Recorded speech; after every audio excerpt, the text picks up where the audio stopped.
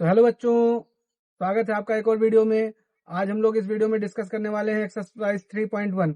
तो इसमें हम क्या करेंगे, सारे क्वेश्चंस के सॉल्यूशंस को देखेंगे, एक एक क्वेश्चन के सॉल्यूशन को अच्छे से समझेंगे।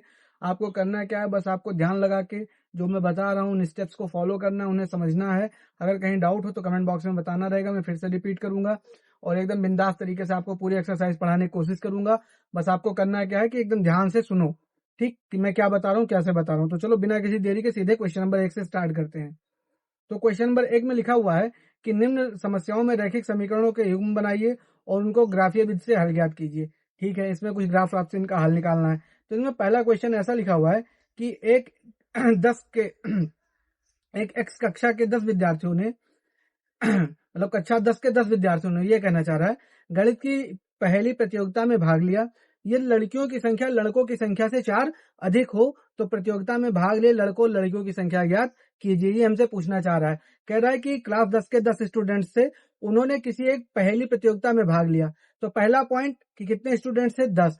उनमें से कुछ लड़के थे और कुछ लड़कियां थी। ठीक है सर। अगला पॉइंट फिर क्या है कि लड़कों की संख्या लड़कियों की संख्या लड़कों की संख्या से कितनी अधिक है, 4 अधिक है। ठीक है सर।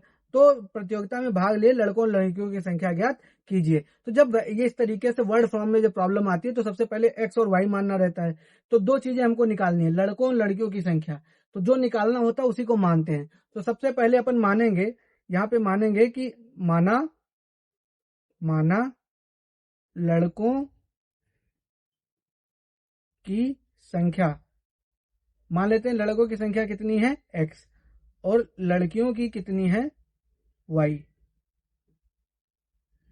लड़कियों की संख्या ये कितनी है, y है।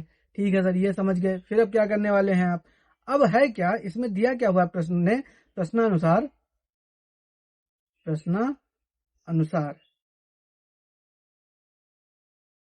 लड़कों की संख्या और प्लस लड़कियों की संख्या, ये दोनों मिला के उनने 10 दे रखा है। कह रहा लड़के और लड़कियां दोनों मिला के 10 हैं। ठीक है सर, इतना समझ गए। तो अब लड़कों की संख्या हमने कितनी मान रखी है, x, और लड़कियों की संख्या कितनी मान रखी है, y, और बराबर कितना हो गया, 10। ये हो गया हमारा इक्वेशन फर्स्ट, ये हमारा पहला समीकरण हो गया। ठीक है सर। अब दूसरे समीकरण के लिए उन्होंने कुछ शर्त दे रखी है। कह रहा है कि यदि लड़कियों की संख्या लड़कों की संख्या से 4 अधिक हो, तो जब वर्ड प्रॉब्लम सॉल्व करना हो तो जो चीज लिखी है उसे एग्जैक्टली लिख लो, सवाल सॉल्व हो जाएगा। तो इसमें कह रहा है कि जो लड़कियों की संख्या है लड़कों की संख्या से 4 अधिक है। तो अपन भी इस बात को लिखते हैं, फिर समझते हैं। तो इसमें क्या है, द्वितीय शर्तानुसार,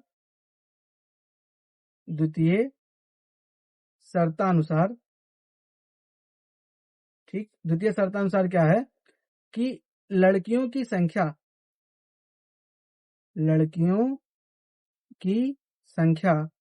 ये है लड़कों की संख्या से 4 अधिक, लड़कों की संख्या और इससे कितनी अधिक है, 4 अधिक। जब हो तो उसमें जोड़ दो, जब जितनी गुनी हो तो गुणा कर दो, अगर कम हो तो घटा दो। तो लड़कियों की संख्या हमने कितनी मानी थी, y, और लड़कों की संख्या कितनी थी, x, और प्लस में कितना हो गया, 4। ऊपर देख लेंगे, हमने लड़कियों की संख्या y ही मानी। ठीक है सर, ये हो गया। फिर क्या करेंगे, तो अब देखो ये y है, बराबर के उस पार प्लस है, इस पार लाएंगे तो -x हो जाएगा, उस पार +4 है, इस पार लाएंगे तो -4 हो जाएगा, बराबर हो गया 0। ये हो गया हमारा समीकरण 2। ठीक है सर। इसको ऐसे भी मत मानो, ऐसे एक काम करो, जो अचर पद है इसको दूसरी साइड कर देते हैं, रुको, अचर पद को दूसरी साइड कर देते हैं। तो इसको थोड़ा मैं फिर से यहाँ पे रीअरेंज कर देता हूँ, ये कर दिया। अब यहाँ पे देखेंगे क्या होगा कि y माइनस एक्स बराबर हो गया 4। ये हो गया हमारा समीकरण 2। अब देखो अपने पास दो समीकरण बन गए, हमें दो ही समीकरण बनाने थे, दोनों समीकरण बन गए। अब दोनों समीकरण को करना है क्या, हमें हल करना है।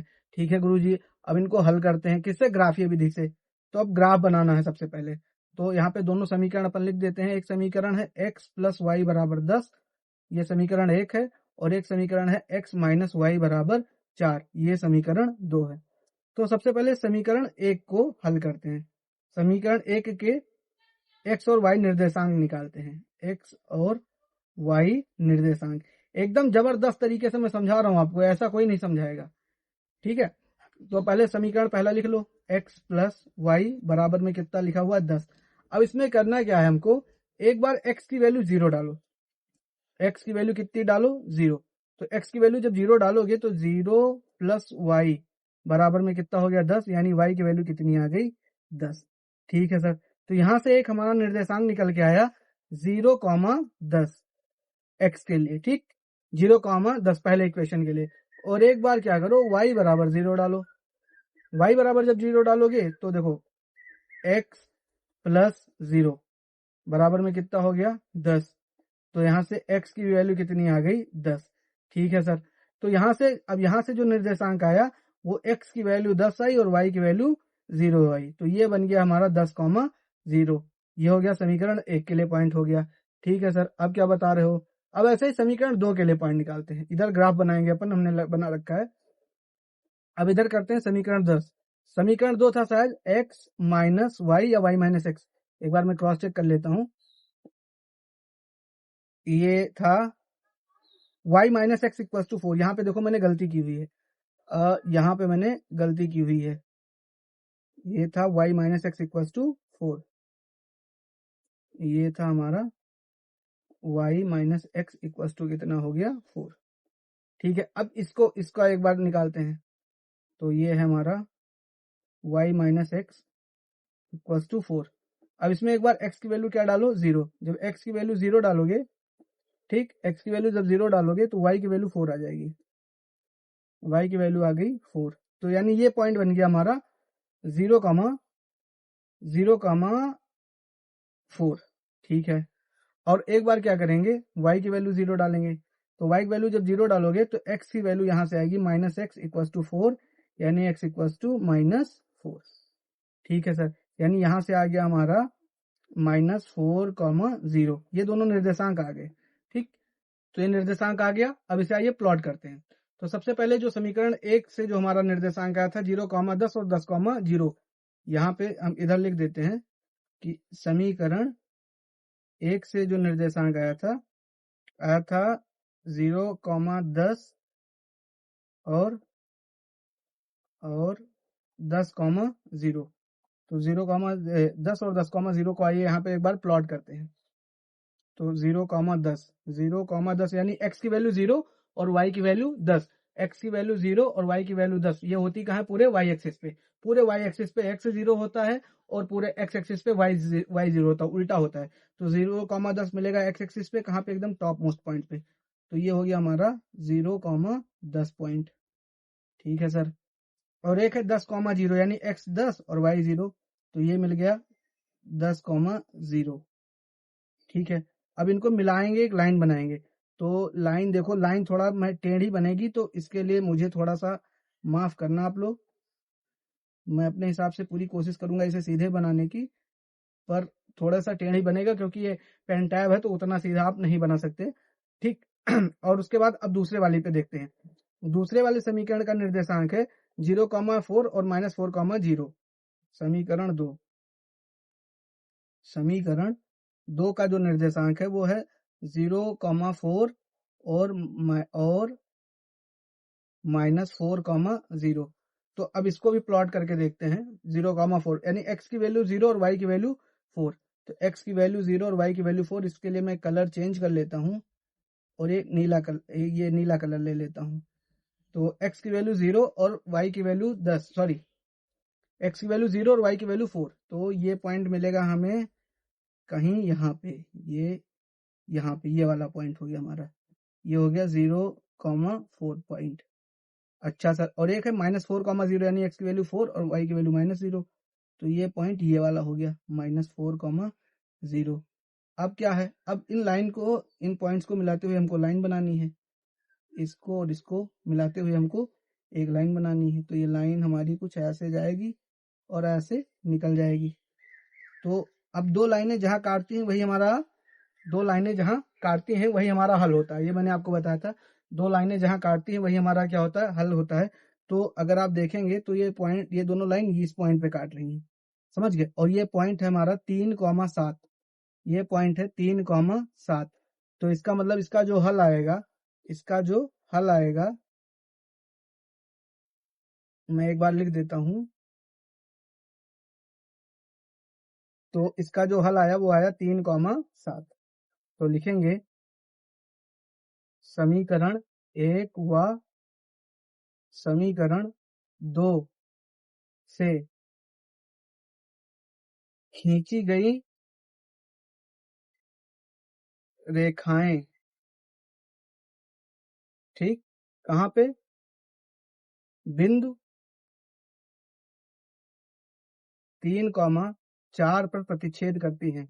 सॉरी 3,7 पर, 7 पर प्रतिच्छेद हैं करती हैं। अतः अतः अतः क्या लिखेंगे, 3,7 इसका एक हल है, इसका एक हल है। ठीक, तो 3 क्या है, x, और x क्या था, लड़कों की संख्या। x बराबर 3 और y बराबर कितनी आ गई, 7। तो लड़कों की संख्या जो है, लड़कों की संख्या ये आ गई 3, और लड़कियों की संख्या ये आ जाएगी आपकी 7। ठीक, तो ये वाला क्वेश्चन हो गया। अब अगले क्वेश्चन पे चलते हैं। तो अब क्वेश्चन नंबर 2 पे चलते हैं। क्वेश्चन नंबर 2 कह रहा है कि 5 पेंसिल तथा 7 कलमों का मूल्य 50 रुपया है, जबकि 7 पेंसिल तथा 5 कलमों का मूल्य 46 रुपया है। तो एक पेंसिल का मूल्य तथा एक कलम का मूल्य ज्ञात कीजिए। अब सुनो भाई, इसमें कहानी क्या है कि दो चीजें ज्ञात करनी है, पेंसिल और कलम। तो अपन सबसे पहले मानेंगे कि माना एक कलम का दाम x रुपया है और माना एक कलम का दाम y रुपया है। ये दो चीजें मानेंगे। माना एक कलम का दाम x रुपया और एक कलम का दाम y रुपया, ये दो चीजें हो गई। फिर अब कह रहे 5 पेंसिल तथा 7 कलम का मूल्य कै रुपया है, 50 रुपया। अब ऐसे समझो, अगर एक पेंसिल का दाम 2 रुपया है तो 5 पेंसिल का दाम कै रुपया हो जाएगा, 2 को 5 से गुणा कर दोगे 10 हो जाएगा। तो अगर मैं मानूं कि एक पेंसिल का दाम x रुपया है तो 5 पेंसिल का दाम हो जाएगा 5x। समझ गए, उससे गुणा कर देते हैं। तो चलिए इस क्वेश्चन के सॉल्यूशन को स्टार्ट करते हैं। तो इसमें कह रहा है, तो सबसे पहले अपन लिखेंगे कि माना माना हम हैं इनके नाना, माना 5 पेंसिल, अरे सॉरी 5 पेंसिल कहाँ ले जाओगे भैया, सबसे तो एक का पेंसिल मानना पड़ेगा। हाँ जी, तो सबसे पहले मानते हैं कि माना एक पेंसिल, माना एक पेंसिल का मूल्य x रुपया है, और माना एक कलम का मूल्य y रुपया है। ठीक है गुरुजी, x और y मान लिया। अब क्या करना है, अब इसकी प्रथम शर्त को देखते हैं। तो अपन लिखेंगे प्रथम शर्ता अनुसार, प्रथम शर्तानुसार क्या कह रहा है कि 5 पेंसिल प्लस 7 कलम, मतलब जब 5 पेंसिल और 7 कलम लेते हो तो कै रुपया देना पड़ता है, 50। तो एक पेंसिल का x है तो 5 पेंसिल का हो जाएगा 5x, प्लस एक कलम का y है तो 7 कलम का हो जाएगा 7y, बराबर में कितना हो गया, 50। ये हो गया हमारा समीकरण 1। ठीक है गुरुजी, अब क्या करोगे, अब इसके द्वितीय शर्त की बात करते हैं। तो अपन लिखेंगे द्वितीय शर्ता अनुसार, द्वितीय शर्तानुसार, द्वितीय शर्त में क्या कह रहा है कि इस बार बदल दिया, कह रहा है 7 पेंसिल और प्लस में कितना लेना है, 5 कलम। 7 पेंसिल और 5 कलम, हाँ यही तो बोला ना, 7 पेंसिल और 5 कलम का मूल्य क्या रुपया है, 46। तो इस बार अब इनका दाम जो बन गया, ये बन गया है 46 रुपीज। ठीक है सर, तो अब इसको लिखोगे कैसे, तो एक पेंसिल का x है तो 7 पेंसिल का 7x, एक कलम का y है तो 5 कलम का 5y, बराबर कितना हो गया, 46। ये हो गया समीकरण 2। ठीक है सर, अब हमको क्या करना है, अब पॉइंट्स निकालने हैं। तो सबसे पहले समीकरण 1 के पॉइंट निकालते हैं। सबसे पहले क्या करते हैं, समीकरण 1 के पॉइंट्स जो होते हैं, निर्देशांक, वो निकालते हैं, पॉइंट्स निकालते हैं। ठीक है गुरुजी, निकालें कैसे, पहले समीकरण 1 लिखना पड़ेगा। तो समीकरण 1 लिखेंगे 5x प्लस 7y बराबर में 50। अब सबसे पहले क्या करेंगे, x की वैल्यू डालेंगे 0। जब x की वैल्यू 0 डालोगे तो 5 इंटू 0 प्लस 7y बराबर में कितना हो गया 50। तो 5 इंटू 0 तो 0 हो गया, तो केवल क्या बचा 7y, क्योंकि ये पूरा मसाला हो जाएगा 0। तो 7y बराबर हो गया 50। तो y की वैल्यू आ गई 50/7। 50/7 का मतलब 7 एकम 7, 7 सता 49। ये हो जाएगा 50 यानी 10, 7 एकम 7, 10 हो गया, 10 30 हो जाएगा, 7 चौक 28, 20 हो जाएगा, 7 दूनी 14, 7 बट 56, 7 पचे 35, ऐसे करके आएगा। तो लगभग y की वैल्यू जो आ गई आपकी, ये मान के चलो 7.14 आ गई। ठीक है गुरुजी, ये हमारा एक निर्देशांक आ गया x और y का 0,7.14। ठीक है सर। अब इसका दूसरा निर्देशांक निकालते हैं। दूसरा निर्देशांक के लिए क्या करना पड़ेगा, y को 0 कर देंगे।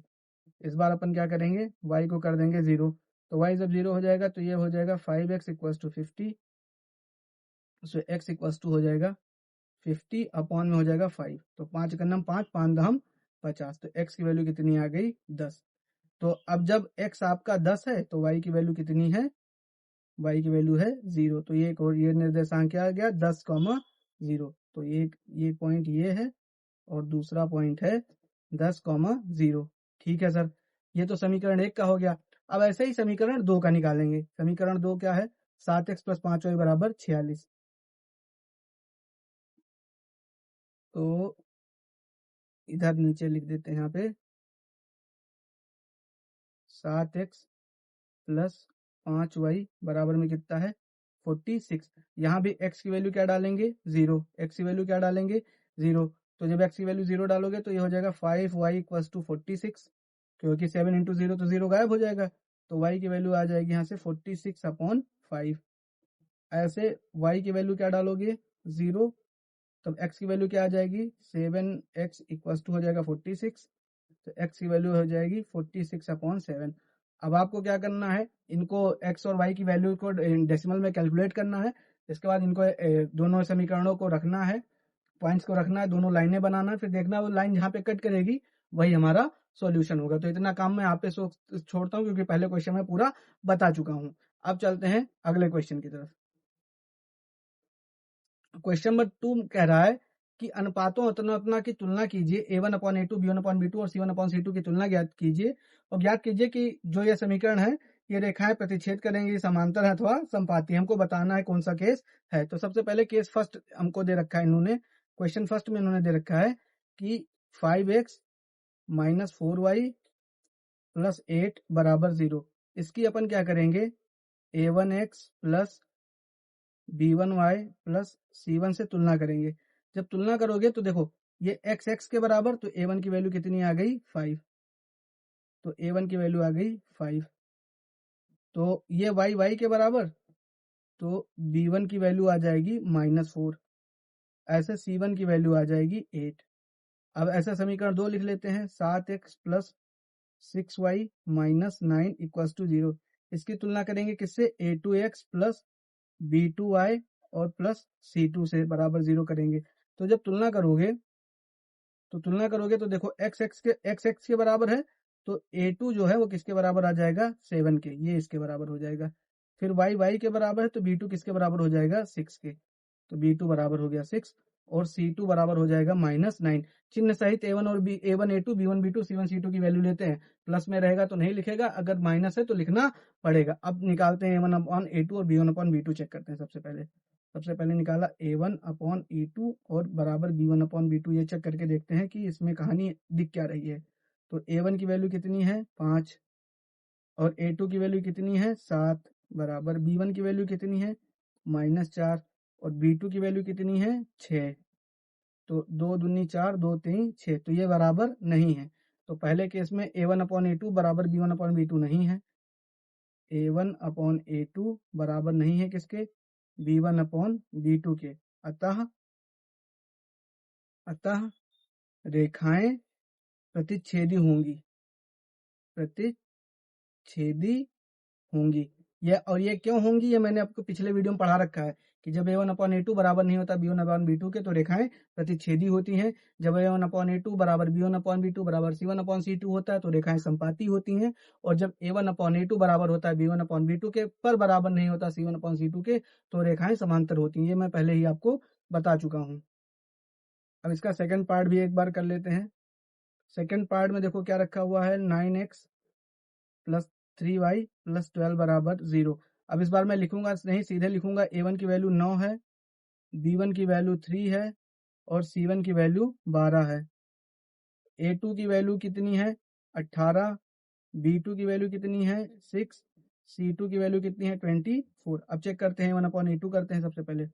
a1 अपॉन a2 बराबर b1 अपॉन b2 बराबर c1 अपॉन c2। चेक करते हैं तो वैल्यू पुट करो। a1 की वैल्यू कितनी है 9 बटे में 18, b1 की वैल्यू कितनी है 3, b2 की वैल्यू कितनी है 6 बराबर c1 की वैल्यू कितनी है 12, c2 की वैल्यू कितनी है 24। 12 का नम 12, 12 दूना 24, 3 का नम 3, 3 दूनी 6, 9 का नम 9, 9 दूनी 18। तो ये सारे 1/2 बराबर 1/2 बराबर 1/2 आ गए। तो इस केस में क्या हुआ, इस केस में आया क्या हमारा कि इस केस में आया a1 अपॉन a2 बराबर आ गया b1 अपॉन b2 के, बराबर आ गया c1 अपॉन c2 के। तो इस केस में होगा क्या कि रेखाएं जो हैं वो कैसी हैं, समांतर हैं, समांतर हैं। ठीक, तो ऐसे इसमें एक और पार्ट बचा हुआ है, ये वाला पार्ट थर्ड। तो इसको अब मैं छोड़ता हूँ आपके ऊपर कि आप करके देखो क्या आता है। ठीक है, और कहो तो मैं इधर बगल में इसको शॉर्ट मैं बता देता हूँ।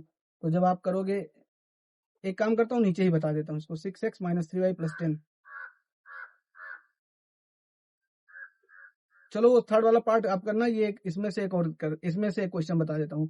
कह रहा है कि अनुपातों इतनी की तुलना ज्ञात कीजिए कि निम्न समीकरणों के युग्म संगत है या असंगत। अब संगत असंगत क्या होते हैं मैंने पिछले वीडियो में बढ़ा रखा है कि अगर एक भी हल मिल जाए तो संगत है, एक को हल ना मिले तो असंगत है। तो सबसे पहले समीकरण को देखते हैं। 3x प्लस 2y बराबर में क्या लिखा हुआ है 5, और है 2x माइनस 3y बराबर में कितना लिखा है 7। तो सबसे पहले चेक करते हैं a1 upon a2, b1 upon b2 और c1 अपॉन c2, इसको चेक करते हैं। तो अब a1 और a2 की वैल्यू तो आपको पता ही है, अब इस बार तो लिखेंगे। तो a1 की वैल्यू हो गई 3, a2 की वैल्यू हो गई 2 बराबर b1 की वैल्यू हो गई 2 और b2 की वैल्यू हो गई -3। तो ये दोनों a1 अपॉन a2 बराबर b1 अपॉन b2 नहीं है। और अगर नहीं है तो संगत है, संगत समीकरण है, समीकरण युग्म है। ठीक, क्यों क्यों है, क्योंकि क्या है a1 अपॉन a2 बराबर नहीं है b1 अपॉन b2 के। तो ऐसे ही आप अगले सारे क्वेश्चन जितने भी हैं आप आराम से कर सकते हैं। ठीक है, तो अब मिलते हैं अगले वीडियो में, जब इसमें हम लोग क्वेश्चन नंबर 4, 5, 6, 7 डिस्कस करेंगे। तब तक के लिए आप हमारे चैनल पे आए ऐसे बने रहिए, इसे सपोर्ट कीजिए, सब्सक्राइब कीजिए, अपने दोस्तों को भी बताइए। और हाँ, अगर इसमें आपको कहीं भी किसी भी पार्ट में कंफ्यूजन हो तो please let me know in comment box, ताकि मैं वहां पे जाके आपके कमेंट्स को देख के और आपको सॉल्यूशन उसका बता सकूं। Thank you.